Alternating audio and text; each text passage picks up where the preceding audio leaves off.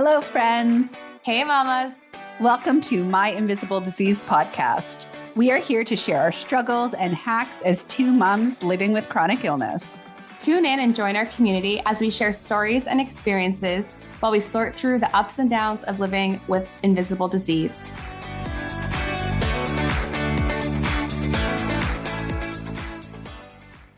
Hey, Cassie. Hey, girl. How's it going? Okay. This episode is probably actually one of our longer interviews that we've done. Maybe because I was drinking the tea. Like, Julie's story had me. It had me. Mm-hmm. So I was pretty affected. I was asking some questions, and honestly, I can't wait for people to hear about her. Like, she is not only a survivor, but she's living with crazy illness. Well, and I actually met Julie just through work. So just out in the podcast world. And the interesting side to it is I, of course, would have never known that she's struggling with chronic illness and an invisible disease. So she actually has chronic lymphocytic leukemia and is managing her cancer that she was diagnosed with many years ago now. And, you know, it's really just such an inspiring and interesting story to hear about, and something I believe so many people can relate to as a mom of two, self-employed. You know, the struggle's real. Well, tune in for a great episode, people. You're going to love this one. All right. Well, Julie, why don't you tell us a little bit about your journey? So going way back to 2014, I had started a business. Well, actually, I had purchased a business in 2013 and had a very big lifestyle change. So I had gone from working in corporate, I was a VP of sales, and a lot of travel, a lot of time away from my family and my little kids, to the point where I got burned out. And I ended up quitting and buying a business, which was essentially a blog back then. It was geared for mom business owners. And the first 6 months was kind of bliss because I was just so happy to not have to wake up to an alarm or not have somebody tell me you need to be in San Diego in 2 days. So it was great. And then after about 6 months, the lack of social interaction started to show its head. And then at the same time, I noticed that I had swollen lymph nodes, and that for a long period of time. It was about a month. How old were your kids at this time? At that time, they were 4 and 6. Okay. Yeah. That's right where I am. So I get it. Very busy.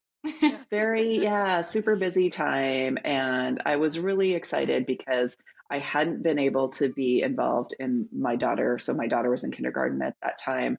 And there were so many things I wanted to be able to do, but I couldn't do because I was traveling all the time. So once I made that switch to having my own business, I was in the classroom all the time. I volunteered for PTA, like the fundraising chair. Like I kind of overdid it with all of the volunteer commitments. That's kind of my personality.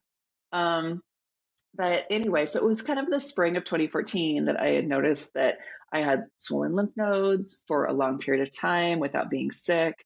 Thought, this is weird, doesn't seem right. But so how did you know you had swollen lymph nodes? Like, was it like a lump in your neck? You keep gesturing towards your neck. So so right here. Okay. And it wasn't painful. I think the only reason that I even noticed is just, over the course of the day, sometimes you like rub your neck or something, and I'd be like, oh, that's weird. These are swollen. No pain at all. No pain. Yeah, no pain. Interesting. So, life continues to go on. I remember this jogathon that my friend and I were a part of organizing, and it was like from scratch, and it was a lot of work. So I kept saying, like, after this jogathon, I'll go to the doctor and find out like what could be causing this. And so I went to the doctor, and I heard this on some of your other previous episodes. Trying to get them to take me seriously was so difficult. And when something's not right in your body, like you just know. Your intuition tells you, your gut tells you. So I went to my first doctor. She was like, oh, it's probably just a lingering symptom of a cold that you had a while ago. I'm like, well, I don't even remember being sick. She's like, well, you could have been sick and you just didn't even know it because you're a busy mom. So sort of like dismissing me and my concerns. So I went to another doctor who ran, kind of a bunch of blood work tests. And that was when things came back and we're like, we're seeing some markers in your test results that we want to take this a little bit further. And so went in for another round of tests. And that was when she said, I'd like to refer you to an oncologist because I'm seeing some concerning things here. So from the time that I noticed the lymph nodes to when I got the news that you need to see an oncologist, that was probably 3.5, 4 months. So get the appointment with the oncologist. And he basically like examined me, felt my lymph nodes, and then said, yeah, you probably have lymphoma, like nothing else. And, at that time I was 44. So it's just sort of like takes your breath away to hear something like that. And he said, but we're going to do a biopsy to, send that off to the lab because there are lots of different types of lymphomas, blood cancers. So we want to make sure we understand what type it is so that then we can provide the right treatment protocol. As he was saying this, he also said, if it's lymphoma, most cases are highly treatable. So the outcome looks really good for you. And that was reassuring. So initially you said it took your breath away. Mm-hmm. And at that point you hadn't had the full biopsy. Correct. How did that initial experience, because there's time. I mean, we've been through this with Cassie like recently, like between tests when you're waiting for a solid diagnosis. How when you went home that night and to your young kids and husband, like how did that affect you? Were you super emotional? Were you a little bit in shock? Kind of what did that look like for you just Yeah, I think initially? all of those things. So, especially when your kids are really young, and maybe when they're older too, you want to protect them. You don't want them to worry. My mom was diagnosed with breast cancer when I was 9. And I remember when they told me, I thought she was going to die. Like, that was where my mind went to. And it was very traumatic. So, didn't tell the kids right away. Yeah, the waiting is the worst because there's nothing you can do. You just have to sit with your emotions and your fears. I think the one piece that gave me some encouragement was that he said, it's, if this is what it is, it's highly treatable. And we do have a history of cancer in our family. And so I've had a number of family members go through different types of cancer treatments, in some cases with great outcomes, in other cases with not so great outcomes.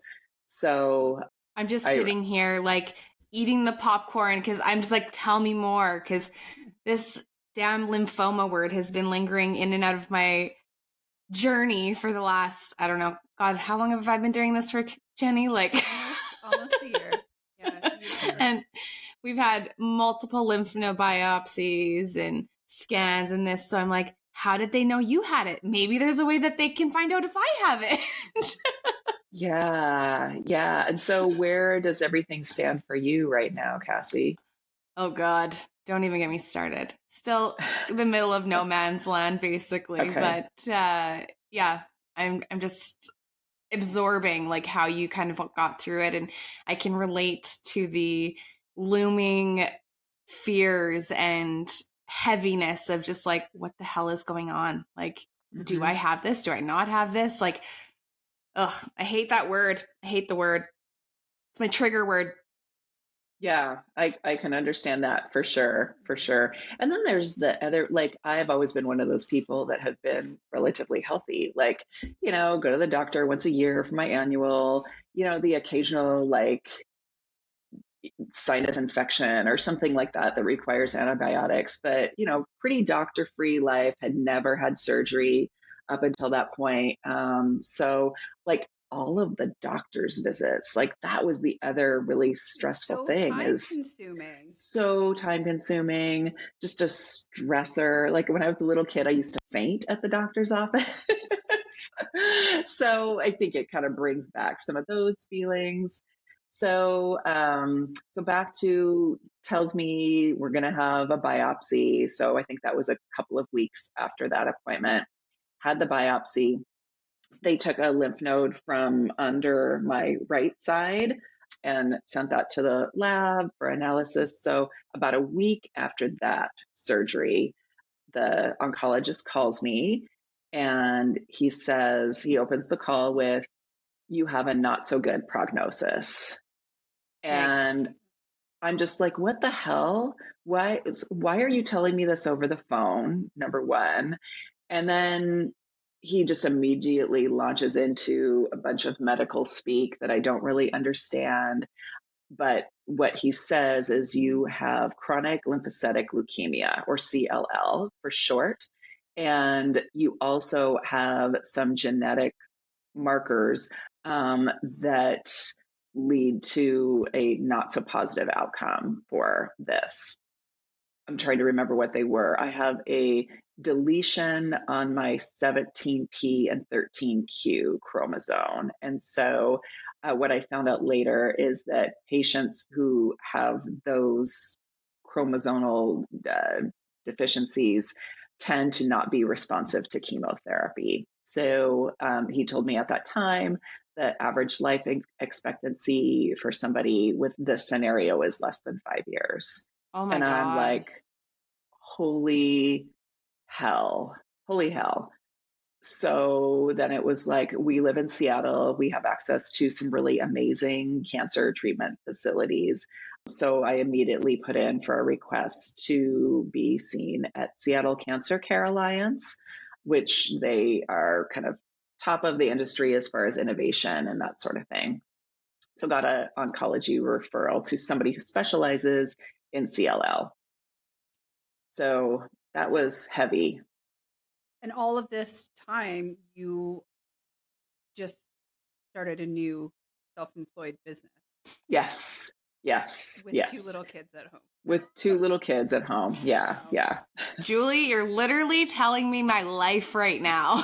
I'm Maybe sorry. You we don't should need to just hear it not again. maybe we should not just start a business, or I don't know. Being a mom, maybe that's the trigger. I don't know. I don't It's a know. character. It's a personality. I think for the Oh, self-employed side, it's a personality, and actually, for some people that are managing chronic illness, we say it can be a really positive thing. Unfortunately, during a stage of diagnosis, or when you are ill, it can be really difficult because you don't necessarily have all the benefits of if you were an employee with insurance that's giving you disability time off, or Totally. no one is doing your business for you when you're absent. So totally. Yeah. it can delay things as well. And then I just can't even, like, from getting that initial diagnosis of, okay, like this might be something that we'll go through. I'm a strong person. Like, we'll take it as it goes, to such a negative. That conversation with the doctor, I think, is so important, even for your mindset when you're Hmm. getting that news. That, I mean, I can imagine that just must have been devastating. It was pretty devastating. And then the oncologist that I saw at Seattle Cancer Care, her bedside manner was terrible, terrible. And I felt like, because the average age, at least at that time when I was diagnosed, the average age for somebody with CLL is something like 71 years old. And so to be kind of a younger person getting that diagnosis, along with the chromosomal deletions, I was a very interesting case for her. And so I felt like I was a subject rather than a person, which, as you know, like medical care, a lot of what patients get out of medical care is feeling cared for. And I never felt cared for when I was under her care. I felt like a study subject. Do they And think that like it's like flattering when they tell you how special and unique you are? Like, I've never seen this before. You're so different. You have XXYZ. It's like, no, no, no. I don't want to be special. I want to I be don't cured. want to be special. I want to just be well. Yeah, she never told me I was special. She would get really excited about talking about what was going on with me. And I'm sorry, it's not exciting for me. This is like life impacting, and I just want to know what's going to give me the greatest likelihood of health and wellness. So, and I don't know if you're experiencing any of this, Cassie, but like at that time, like fatigue is a big symptom, and so the fatigue was just would come and go. And it was tough because I'd have to take naps almost every day. Again, I've got young kids. I'm the primary parent because my husband works outside of the house.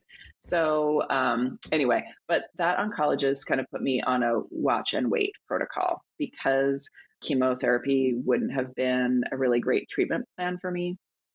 What they do is kind of monitor your progress, have you go in, do lab work every 3 months. Maybe I was going in every month back then. It's hard to remember the specifics, but I think it was every 3 months to start. Do your blood work. And then once you get to a certain level, like your white blood cells and your platelets are below a certain level, then that's when they say, okay, it's time for treatment. So you have to meet like 2 out of the 3 criteria, like night sweats, losing a certain amount of weight, and or your platelets going below a certain level. So that sucks because like you're just waiting to like, okay, when am I going to be sick enough to start to do something? And you want to get ahead of it. It's almost that feeling of wanting to start the treatment to maintain the health that you are holding on to. I totally get the idea of having to wait until you get sicker. Like that's yeah. Yeah, although I did not want to do chemo, and they had ruled out chemo. She said, when we get to the point where you're going to start treatment, there are some drugs that have received FDA approval recently. They had made a ton of advances in the couple of years prior to 2014 around getting FDA approval for different medications to maintain. So I was a little relieved that I didn't have to do chemo, that I would be taking some sort of oral therapy. So then I just sort of likened it to taking a book off the bookshelf. Like I would try to live my life as normally as I possibly could. It'd be time to go in for my appointment. I'd take the book off the bookshelf. I'd deal with it. And then I'd put it back on the bookshelf. So that was my coping mechanism for, let's see, I was diagnosed in 2014 until the beginning of 2016. And Cassie, that's like your drawer. Yeah, that's why I was like, oh my You have a drawer? God. Yeah. Okay, so I don't want to distract from your story because there's still so much to hear.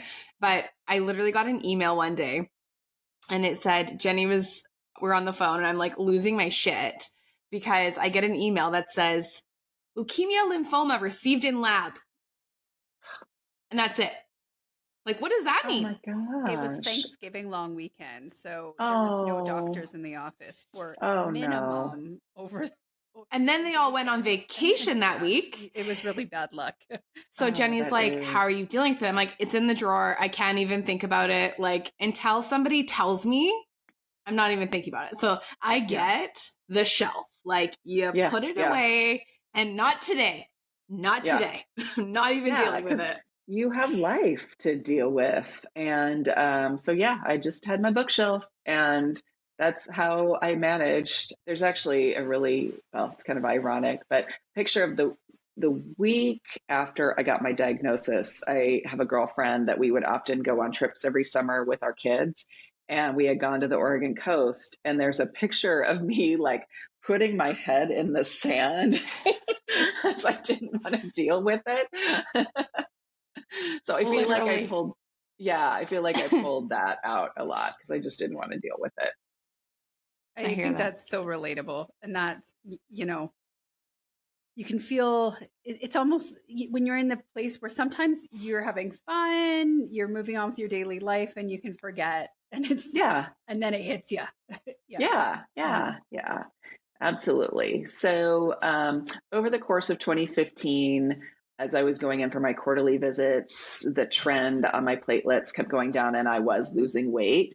So, in October of 2015, I remember going in for my appointment and the physician's assistant was taking me back. And she said in a really offhanded way to me and my husband, like, "Oh, looks like you're going to start treatment." And I wasn't even in the doctor's office yet. And I was so mad because she said it in such an offhanded way. And I had expressed to them like how anxious and not excited I was to start treatment, whatever that treatment was. And I was just so mad that that's how, again, how I was being treated.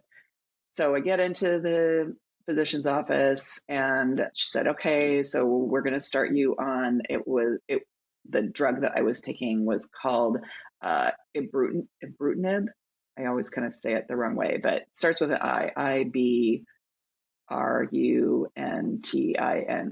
I think, ibrutinib. And so I For all started taking those that. that are Googling at home. Yes. I'm still probably spelling it wrong. Yeah. I started that on January 1st, 2016. And how long were you doing that treatment for? So that treatment did not go well. I started it in January and I think I had to discontinue it in March.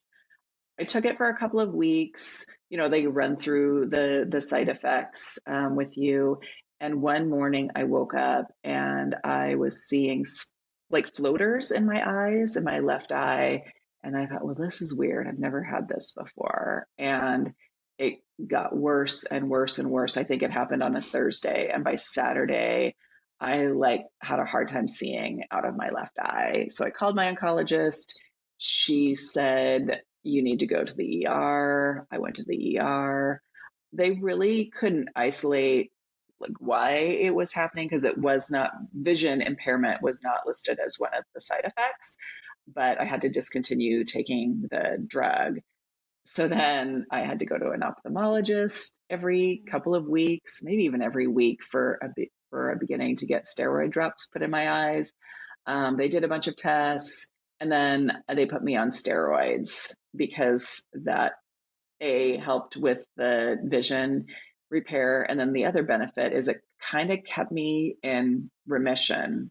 So I did have a positive response to the drug initially, like my platelets started coming back up.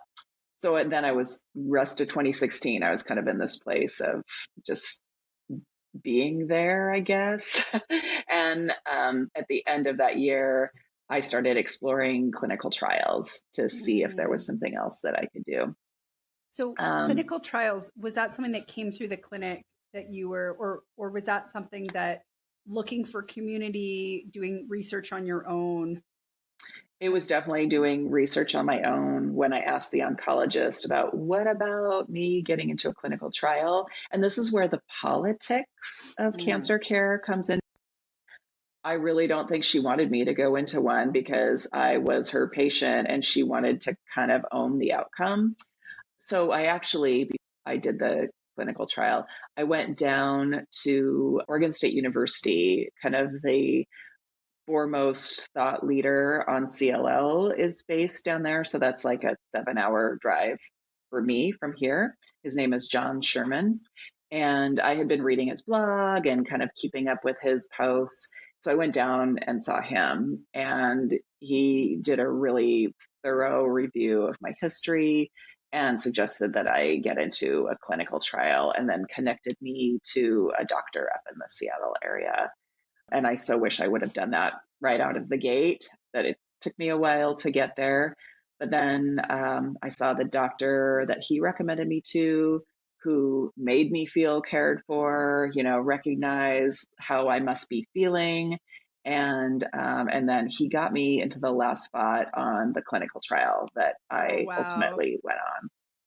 Yeah, that's amazing. Yeah, so it was a next generation of that ibrutinib that I had been taking. It's called acalabrutinib. And within 2 weeks, like my swollen lymph nodes were gone. My platelets started coming up. I've never, knock on wood, had any side effects. So I've been on that since August of 2017. Is it like an oral that you're taking, or what is it? Yeah. Yep. It's a twice a day medication. And is that something that will just be longevity on it? I mean, one of the nice things I think of being in a clinical trial is the monitoring and the care that you get, because, they're not going to miss a week after, getting spots in your eyes or different things like that. You have that, that extra care there. Yeah, so it was a 3-year clinical trial. And so it ended for me in 2020. But I guess with a lot of clinical trials, they will grandfather the patients in, and you'll continue to get the medication for free. I mean, I still have to pay for doctor's visits and that sort of thing, but now I'm on just a quarterly monitoring where I go in for lab work. So I just had that quarterly visit yesterday and everything's still normal. Yay, still in remission. There you That's go. awesome. How did things change for you? Because you said that your everything kind of wrapped up in 2020, like being over the pandemic. Did that affect anything, like as far as like getting into your trial appointments or anything like that? Yeah, good question. No, there was just more protocols, like kind of the same with any doctor's appointment. Like you couldn't go in if you had any signs of COVID, any exposures. But yeah, everything kind of went as usual. And then when I had my final appointment for within the trial, they just sort of seamlessly wove me into continuing to get the medication. It's still pretty much the same process, except I don't have to, like a silly little thing, I don't have to bring my empty pill bottles back to have them sent off to the drug sponsor. I don't have to like sign off on all this paperwork that I would have to sign off on several times a year. So it was really seamless and easy. Oh, that's good. Well, and the interesting thing is I actually met you through business. So totally. Just curious kind of what that transition looked like. Yeah. So the business that I had, I was very much a part of it and the face of it. I did live events in Seattle on a monthly basis. I did an annual conference. And then I partnered with other women across the country who ran similar events. So it was, I mean, I look back on it, I'm like, how did I do that and like keep it going? But I was really open with my community, especially the women in Seattle. So when I was going to have to start treatment, I sent out an email announcement just letting everybody know. And I had so many people step up, like, let me help, let me help. Like, if you need me to run an event for you, I can do that. So I definitely had to lean into my community from time to time to let them take over and do things for me, which was really amazing. So it definitely impacted it. And I had help and support from people that I could lean on to help me when I couldn't do it. Yeah, that's amazing. I was going to ask too. I mean, your family had experience, dealing with cancer. I think it could be straining on a marriage. Did your husband have support or guidance to help him support you? Yeah, that's a really great question. So my husband never went through therapy during the process. I think it probably would have been pretty helpful for him to have that support. He is very much we're just going to push through and, just going to do what we need to do. He's always been super, super supportive, and anything I needed, he would do. If I was tired and needed to do a nap, I remember him doing like all the laundry, all the cooking, all the grocery shopping for a certain period of time where it was just like too much for me. Because there were definitely pockets of time where just doing the normal daily tasks were too much.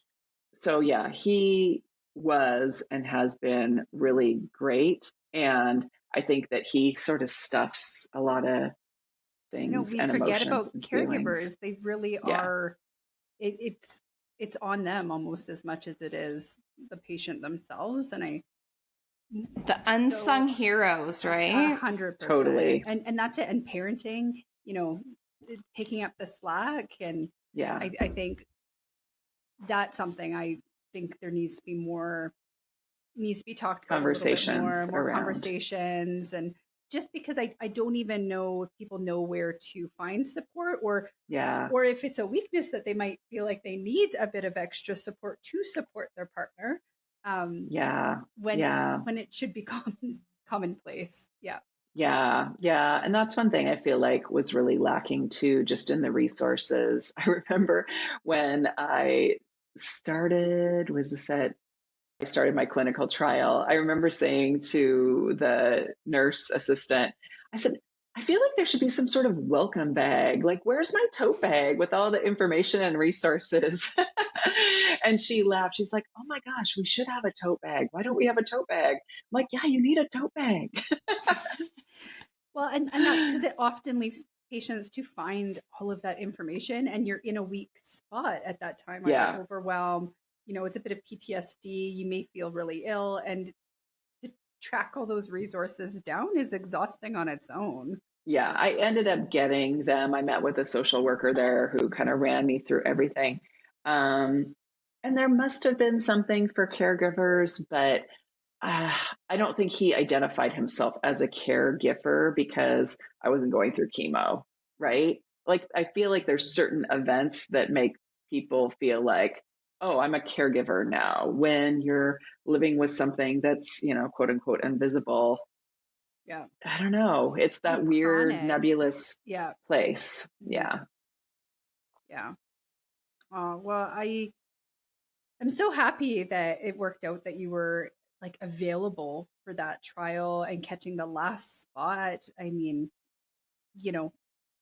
seeing where you are today and how well you're doing today and managing, it's awesome. And understanding that it could have looked a little bit different is a bit unnerving too. So I have a question for you. For sure. So there's basically no cure for what you have. Correct. Like, you're just on like a plan to keep on keeping on, right? So how does unpacking that affect you in like the daily? Like, how do you see yourself living with it? I don't want to get so deep and like, this is hard. Like, it's really hard. Like, I myself like have kind of a ... Like, Jenny has a finish line. She knows that. Well, I still a transplant. I know, but we're gonna get you new ones, girlfriend. You get new ones. You get a kidney. You get a liver. Like, you kind of have. But a truth after transplant is you're trading one chronic illness. As a transplant patient, it becomes another, because then it's doing other stuff to you. But not to. But. Okay, Jenny, you're gonna be sick too forever. We're all sick.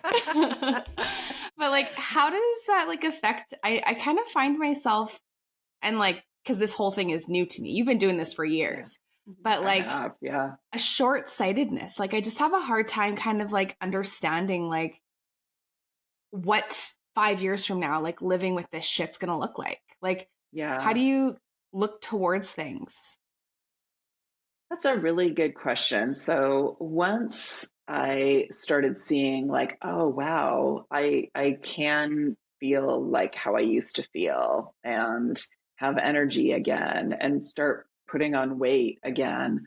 And feeling, and with the research that I've done, like most people who get a traditional CLL diagnosis, like they live normal lives, a lot of them. And the other piece, I guess, that I come back to is like, we all have expiration dates. We don't know when we're going to go. We don't know what's going to take us. You hear that like cancer is a gift, makes you live your life to the fullest. Do I live my life to the fullest every day? No. I mean, I don't think any of us That'd do. Be exhausting. that sounds very exhausting. Today I'm going to go skydiving and bungee jumping and travel the world. So yeah, but it does make you think about the fragility of life. And I think that one thing it has helped me do is be really selfish with what I commit to and how I spend my time. As I mentioned, like early on, I got kind of over volunteered for things.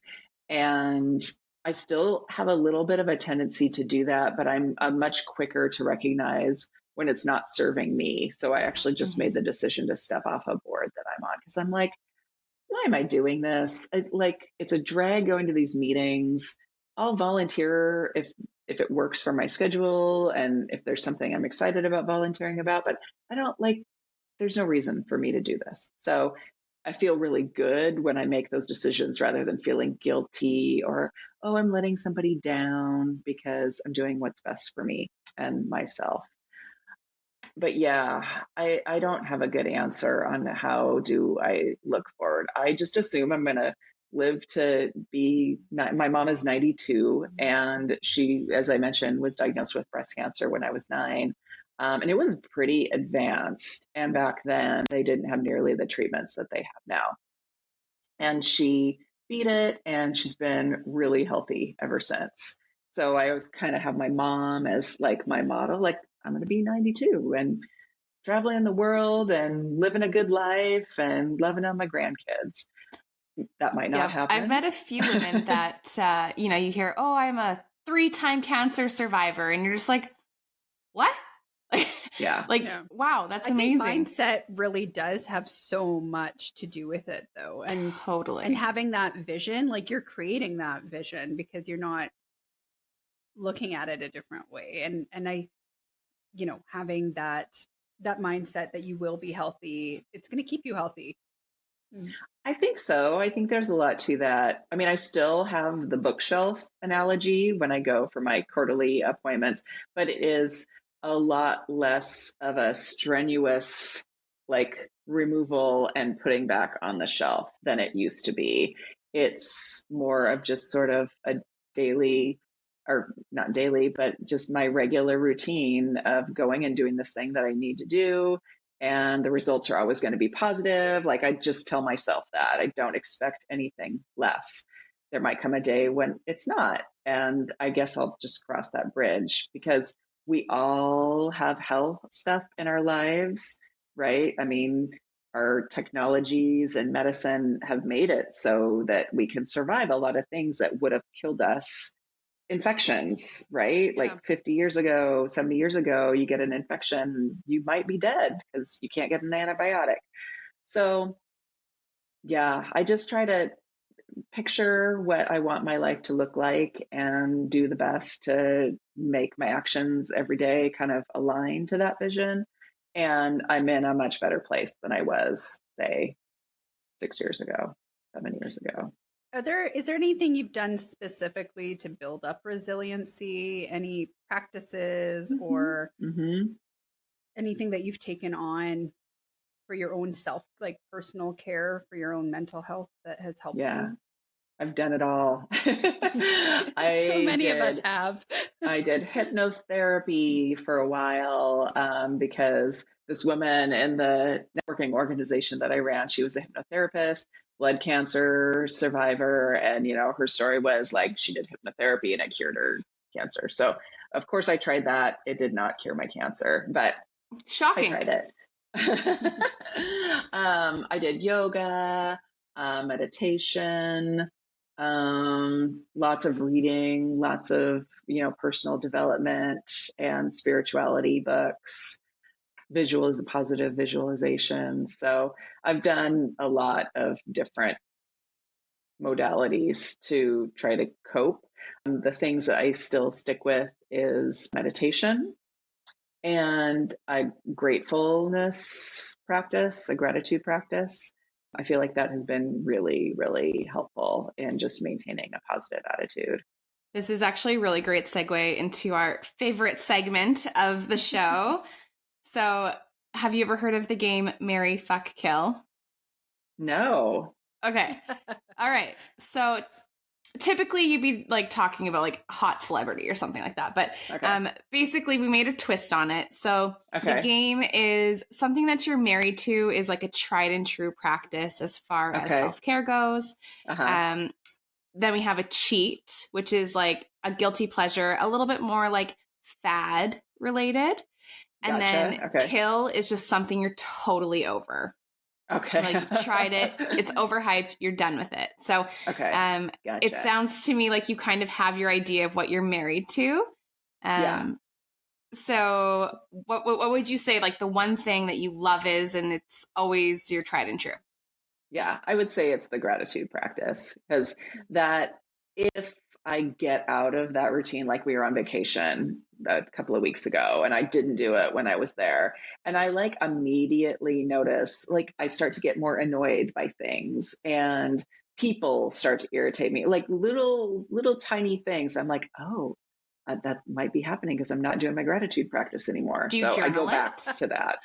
I do. Yeah. I Yeah. have journals and journals and journals that have like my 3 things every day that I'm grateful for. And some day, like in the bad days, it was like, I got out of bed today. Like that was a thing that I was grateful for.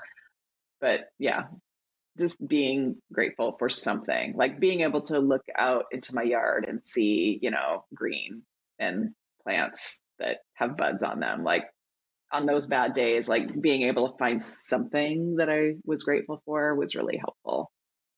I love that. I always practice that with my kids, yet not myself. Oh, yeah. I should do that more. Gratitude. I do gratitude meditation. No, I don't necessarily write it down. I think that's my ADHD of trying to develop habits that I continually fail at. No, it's because you go to look for the pen. You look for the pen, and then you end up doing the dishes, and then socks in a different room. Yeah. Okay, so then what would you say would be like your cheat? So like your indulgence, your something that you do maybe on those bad days that you're just not going to feel guilty about it. Mm-hmm. It's probably alcohol, having a drink.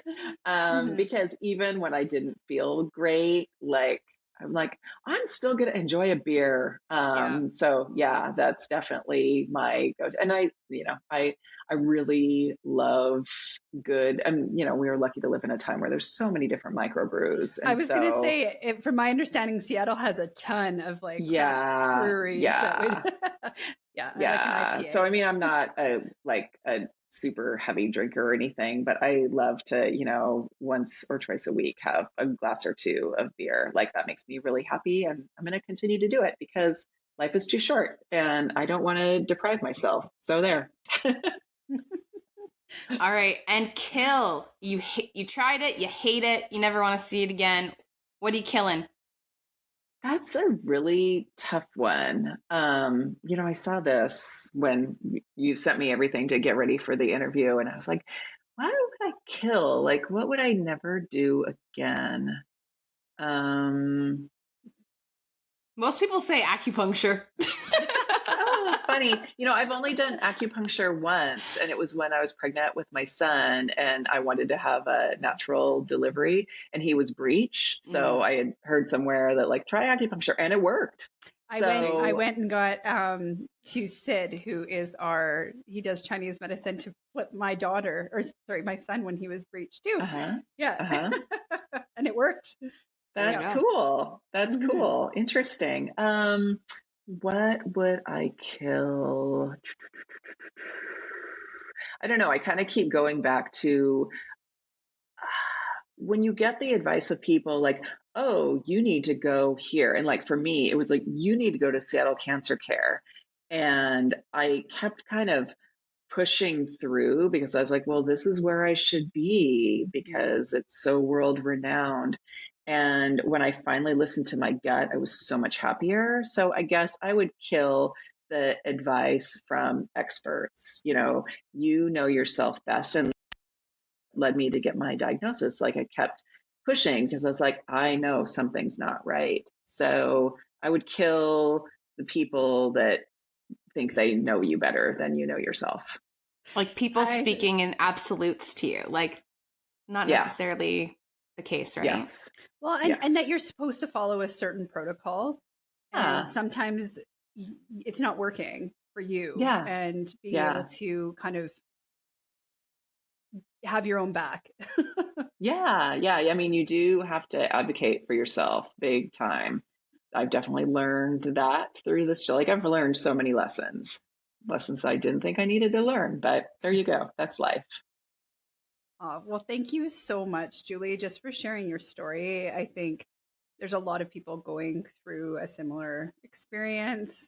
I, Cassie can relate to a lot of that early beginnings of what you were dealing with. Yeah. And it's just, it's really nice to see that the life on the other side too. You can talk a little bit about, what you do career wise, where you're at as a mom as well, because I think it really does inspire and motivate people to understand that even though you might be living in the thick of it, but there's another side too. Yeah. Yeah. The other thing that I've learned is that things will always change, right? Like, even when I felt terrible, knowing that I'm either going to get better or I'm going to get worse, but I won't be in this place forever. Like, that was helpful to know. So yeah, I had decided in 2019 to sell that business because as my kids were getting older, like my life was kind of changing. I was getting a little bit bored of what I was doing. So I decided to sell that business, and that whole finalized in January of 2020. Like, talk about kismet. Timing. And I thought, like, oh, it'd be kind of fun to have a job again. So I actually took a job with a startup. And then within 2 weeks, I was like, oh my God, what did I do? I hate this. So that was very short lived. And then I took some time to think about, like, what do I really want to do? And landed on this business, which is a podcast visibility agency. So we book our clients on relevant podcasts so they can share their thought leadership. And what led me to that is I've always been a connector of people. So when I meet someone, I'm like, oh, you need to know this person, this person, this person. So I love that it kind of got me back to that skill set that I have. And I've listened to podcasts since they first came out, like Mark Maron, WTF, like that was something that was on heavy rotation for me back long ago days. So I was walking my dog one morning and just sort of thought, oh, I wonder if I could do this for a business. And so I guinea pigged it with a few friends and former colleagues and found that I liked it and had success. And so kind of rolled this out to my network and got some clients and have kind of continued building it ever since. So That's awesome. This time, maybe not quite as much on your plate, which is really great. Yes, I've built the business very differently. So I have a team. We have 4 account managers that work directly with clients. I do business development. I still have like 2 clients that I handle directly, but I have a lot more freedom and flexibility, and it's not so much me like running everything. Awesome. Yeah. Well, and my kids are 14 and 16, so they're a lot more self-sufficient. A different phase of life soon with them. Totally different stressors. It is, but it's fun. They're great kids, and it's fun to see the many adults that they're turning into and will be turning into. So, but yeah, it's always changing. Things are always changing. Awesome. Well, thanks so much for being on the podcast and sharing your story. Just so many people can relate, and I just really love that we can all connect to something. So, yeah, thanks so much for having me. Thank you, Julie. Like Jenny said, I've just been sitting here eating the popcorn and just appreciating your story, and I feel a little lighter after this conversation. Oh, that makes me really happy. That makes me really happy. So what's next for you? Are you still trying to like get a diagnosis, or? I've been diagnosed with sarcoidosis, which is autoimmune related. Okay. So they don't really know. Just wait and see kind of thing. So gotcha. It might go away. It might come back. They still don't know why the lymph nodes are affected. I'll probably get tested for lymphoma for like the 4th time. They just love putting me out and biopsying me. You've had a lot of biopsies. Yeah. Yeah, they love that. So who knows? Who knows? And so you said that you got an email saying that it was lymphoma, or did I mishear that? It said leukemia lymphoma received in lab. So that was them trying to indicate that they'd received a sample, apparently. I don't know. Yeah. I don't Okay. know. The bedside manner was it was sent directly to her, and that it shouldn't have been, and there was no context or follow up. And it was like, Terrible. I saw the document, like it was insane. I can't believe That is terrible. just to leave you with that and nothing else. Yeah. Like, Yeah. and it said like confirmed, even though apparently that's how they internally do it. It wasn't. So terrible. Yeah. So. I'm sorry hey, that you're going through Here we that. are. Yeah. Yeah.